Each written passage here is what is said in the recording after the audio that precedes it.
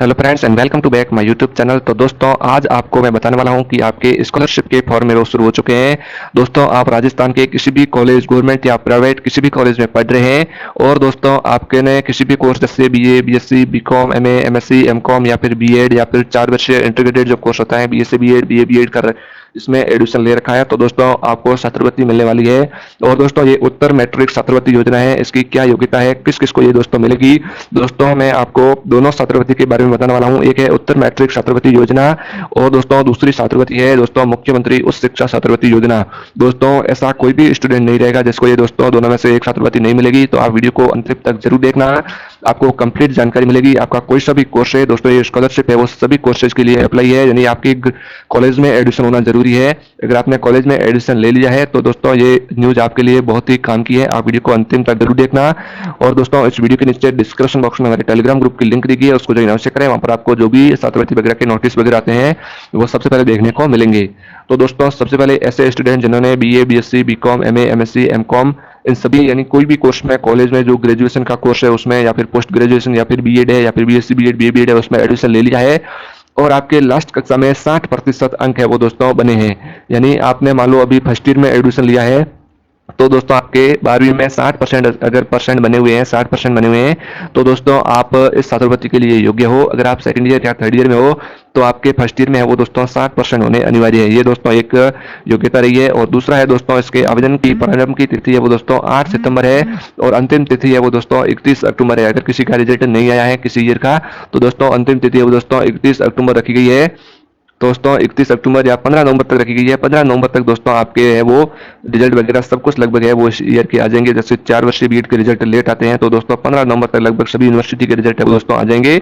और दोस्तों ये शैक्षणिक सत्र 2023-24 के लिए है, जिन छात्र छात्राओं के लिए है अनुसूचित जाति यानी एसटी एससी के जो छात्र हैं, अनुसूचित जाति, अनुसूचित जनजाति, अति पिछड़ा वर्ग, पूर्व में विशेष पिछड़ा वर्ग, अन्य पिछड़ा वर्ग यानी ओबीसी, आर्थिक पिछड़ा वर्ग यानी ईडब्ल्यूएस, विमुक्त, घुमंतु एवं अर्ध घुमंतु समुदाय, गिरारी एवं गिस्ती समुदाय एवं मुख्यमंत्री सर्वजन उच्च शिक्षा उत्तर मैट्रिक छात्रवृत्ति योजनाओं में राज्य की राजकीय, निजी और मान्यता प्राप्त शिक्षण संस्थाओं में अध्ययनरत जो छात्र हैं उनको दोस्तों ये छात्रवृत्ति दी जाएगी। और आपको मैं आगे डिटेल में बताने वाला हूँ कि कौन कौन सी जातियों को ये दोस्तों छात्रवृत्ति मिलेगी और कितनी मिलेगी। पहले मैं बता दूं कि आपको ये छात्रवृत्ति कितनी मिलेगी।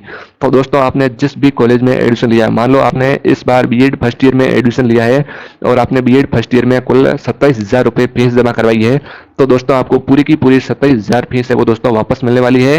अगर मान लो आप बीएससी के स्टूडेंट हो और आपने फर्स्ट ईयर में 15,000 रुपये या फिर 20,000 रुपये फीस जमा कराई है बीएससी फर्स्ट ईयर की, तो दोस्तों इस छात्रवृत्ति में आपको 15 या 20,000 जितनी भी आपने फीस जमा करवाई है वो दोस्तों पूरी फीस है वो आपको वापस मिल जाएगी। तो दोस्तों इस छात्रवृत्ति के लिए जो योग्य स्टूडेंट नहीं है, आगे मैं बताऊंगा कि कौन से स्टूडेंट योग्य नहीं है। तो दोस्तों इस छात्रवृत्ति के जो स्टूडेंट योग्य नहीं है वो दोस्तों मुख्यमंत्री उच्च शिक्षा छात्रवृत्ति योजना का फॉर्म जरूर भरें। उसमें आपको प्रतिवर्ष 5,000 रुपये है वो दोस्तों छात्रवृत्ति दी जाती है। उसमें जनरल कैंडिडेट को छोड़कर सभी छात्र है वो अप्लाई कर सकते हैं, उसमें सभी छात्र अप्लाई कर सकते हैं। आपको 5,000 रुपये की प्रतिवर्ष है वो स्कॉलरशिप मिलेगी और आपके लास्ट कक्षा में है वो आपके 60% नंबर है वो जरूर होने चाहिए। तो दोस्तों ये छात्रवृत्ति उनको मिलेगी दोस्तों अनुसूचित जाति एससी यानी अनुसूचित जनजाति एसटी, अति पिछड़ा वर्ग, पूर्व में विशेष पिछड़ा वर्ग जिसको बोलते हैं एसबीसी, और डॉक्टर अम्बेडकर आर्थिक पिछड़ा वर्ग यानी ईबीसी, अन्य पिछड़ा वर्ग ओबीसी, ये विगमंतु, घुमंतु, अर्ध घुमंतु। और ये दोस्तों जो ये इन जाति में जो लोग जो छात्र आते हैं उनकी आय है वो दोस्तों 2.5 लाख रुपए से कम होने चाहिए। अगर आपकी आय 2.5 लाख रुपए से कम है तो दोस्तों आप इन जाति में आते हैं तो आप इस छात्रवृत्ति के लिए आवेदन कर सकते हैं। दोस्तों एक बात ध्यान रखना, ईबीसी यानी आर्थिक डॉक्टर अम्बेडकर आर्थिक पिछड़ा वर्ग और अन्य पिछड़ा वर्ग यानी ओबीसी के जो स्टूडेंट हैं उन सभी स्टूडेंट को यह छात्रवृत्ति नहीं मिलने वाली है। जो ओबीसी के स्टूडेंट हैं उन सभी स्टूडेंट को यह छात्रवृत्ति नहीं मिलने वाली है। ओबीसी में कुछ श्रेणियां बांटी गई है, उन्होंने ओबीसी के अंदर 17 श्रेणी बांटी गई है, उन 17 श्रेणियों को ही छात्रवृत्ति मिलेगी, ओबीसी के सभी स्टूडेंट को यह छात्रवृत्ति नहीं मिलेगी। तो वो 17 श्रेणी कौन सी है मैं बता दूं। अगर कोई ऐसा छात्र या छात्रा है जिनके परिवार में बीपीएल कार्ड बना हुआ है, यानी आप बीपीएल कार्ड धारक के पुत्र या पुत्री है, या अंत्योदय कार्ड धारक के पुत्र या पुत्री है, या फिर स्टेट बीपीएल कार्ड धारक की पुत्री या पुत्र है, यानी अगर आप बीपीएल में आते हैं तो दोस्तों आपको यह छात्रवृत्ति मिलेगी। ओबीसी में बीपीएल में आते हैं तो ये छात्रवृत्ति मिलेगी, नॉर्मल ओबीसी को आपको यह छात्रवृत्ति नहीं मिलने वाली है। नॉर्मल अगर आप ओबीसी के स्टूडेंट है तो आपको मुख्यमंत्री उच्च शिक्षा छात्रवृत्ति योजना का फॉर्म भरना पड़ेगा। अगर दोस्तों अनाथ बालिका या बालक है, या फिर कोई विधवा स्वयं है, या फिर विधवा की पुत्री या पुत्र है, यानी किसी स्टूडेंट के पिताजी नहीं है तो भी दोस्तों ये उनको छात्रवृत्ति मिलेगी। तलाकशुदा महिला स्वयं है, तलाकशुदा महिला के पुत्र या पुत्री, विशेष योग्यजन स्वयं और विशेष योग्यजन की पुत्री या पुत्र। विशेष योग्यजन का मतलब है कोई विकलांग है स्टूडेंट है या फिर कोई स्टूडेंट है जिसके माता या फिर पिता कोई एक विकलांग है, तो उन दोस्तों सभी स्टूडेंट को छात्रवृत्ति ये दोस्तों मिलने वाली है। बस आपके 60% अंक है वो आपके पिछली परीक्षा में यानी पिछले ईयर में होने चाहिए। और दोस्तों इसमें मुख्यमंत्री सर्वजन उच्च शिक्षा स्तर उत्तर मैट्रिक छात्रवृत्ति योजना में 5 लाख रुपए से कम वार्षिक आय सीमा वाले सभी जाति के परिवारों को राष्ट्रीय स्तर की शिक्षण संस्थानों में दोस्तों अध्ययनरत विद्यार्थियों की आवेदन कर सकेंगे। और दोस्तों लगभग मैंने संपूर्ण जानकारी आपको दे दी है। अब आपको मैं डॉक्यूमेंट वगैरह के बारे में बता दूंगा। और आवेदन प्रक्रिया वो दोस्तों आप अपने स्वयं की एसएसओ आईडी है उससे आप जाकर अपनी एसएसओ आईडी से अपना फॉर्म है वो दोस्तों भर सकते हो। जन आधार आईडी और आधार नंबर में अभाव में आपको छात्रवृत्ति नहीं दी जाएगी। यानी जन आधार आईडी में दोस्तों आपके आधार नंबर है वो अपडेट होने बहुत ही जरूरी है। आप अपनी एसएसओ आईडी जन आधार वगैरह सब कुछ अपडेट करवा लीजिए। और दोस्तों आपके पास अपना खुद का बैंक अकाउंट होना चाहिए। बैंक अकाउंट आपका चालू होना चाहिए, बंद बैंक अकाउंट नहीं होना चाहिए। यानी आपका आपका अगर छात्रवृत्ति बहुत ज़्यादा मिलती है यानी आपने किसी कोर्स में एडमिशन लिया और उसमें आपने फीस बहुत ज़्यादा भरी है तो आपको पूरी फीस वापस मिलने वाली है। अगर आपका सेविंग अकाउंट है यानी छोटा अकाउंट है और आपके उसमें इतनी लिमिट ही नहीं है तो उतनी दोस्तों छात्रवृत्ति है वो आपके अकाउंट में नहीं आ पाएगी। तो आप अपने अकाउंट को है वो एक बार बड़ा करा लीजिए, यानी करंट अकाउंट वगैरह आप बना सकते हैं।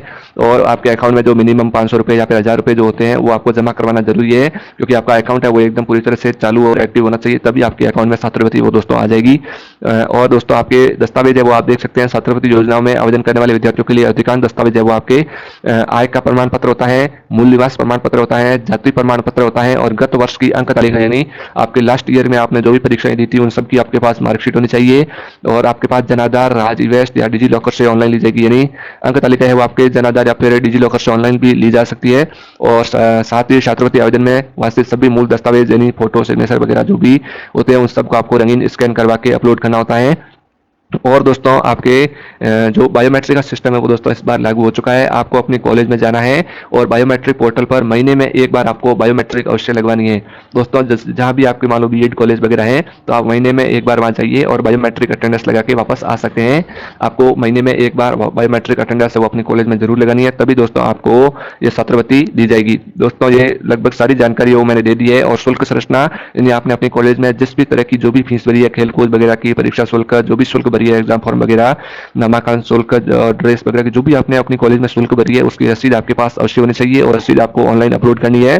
तो वो आपकी पूरी की पूरी फीस जितने भी आपके पैसे लगे हैं वो दोस्तों सारी फीस है वो वापस आ जाएगी। दोस्तों आपको किसी भी तरह की फर्जी तरीके से अपने छात्रवृत्ति के लिए आवेदन नहीं करना है। अगर आप योग्य हैं तो ही दोस्तों आवेदन करें।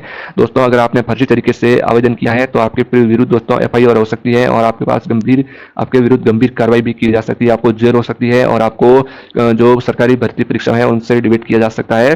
तो दोस्तों आप अगर योग्य हैं छात्रवृत्ति के लिए तो ही दोस्तों अप्लाई करें।